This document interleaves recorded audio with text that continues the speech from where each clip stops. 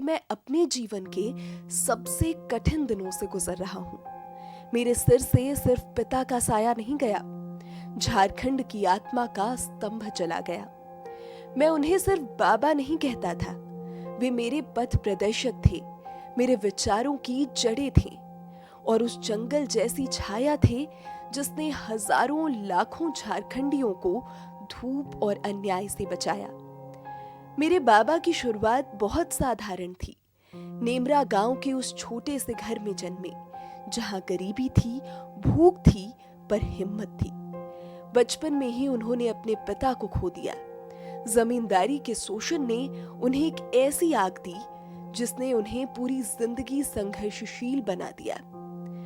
मैंने उन्हें देखा है, हल चलाते हुए, लोगों के बीच बैठते हुए सिर्फ भाषण नहीं देते थे, लोगों का दुख जीते थे।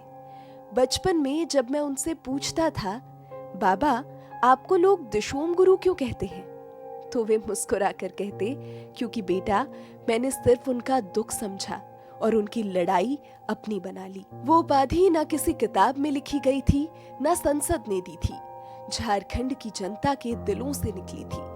दिशोम मतलब समाज, गुरु मतलब जो रास्ता दिखाए। और सच कहूं तो बाबा ने हमें सिर्फ रास्ता नहीं दिखाया, हमें चलना सिखाया। बचपन में मैंने उन्हें सिर्फ संघर्ष करते देखा, बड़े बड़ों से टक्कर लेते देखा। मैं डरता था, पर बाबा कभी नहीं डरे। वे कहते थे, अगर अन्याय के खिलाफ खड़ा होना अपराध है तो मैं बार बार दोषी बनूंगा।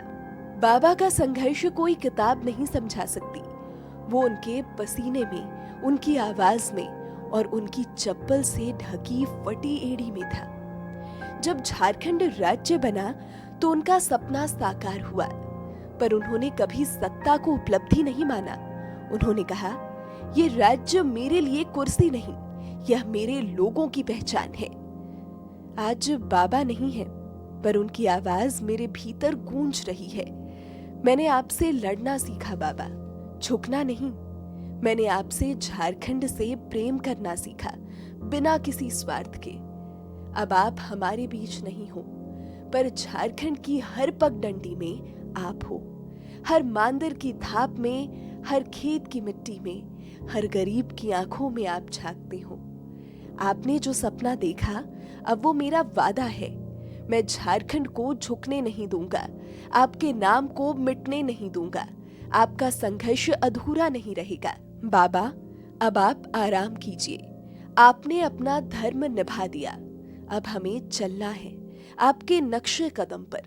झारखंड आपका कर्जदार रहेगा। मैं, आपका बेटा, आपका वचन निभाऊंगा।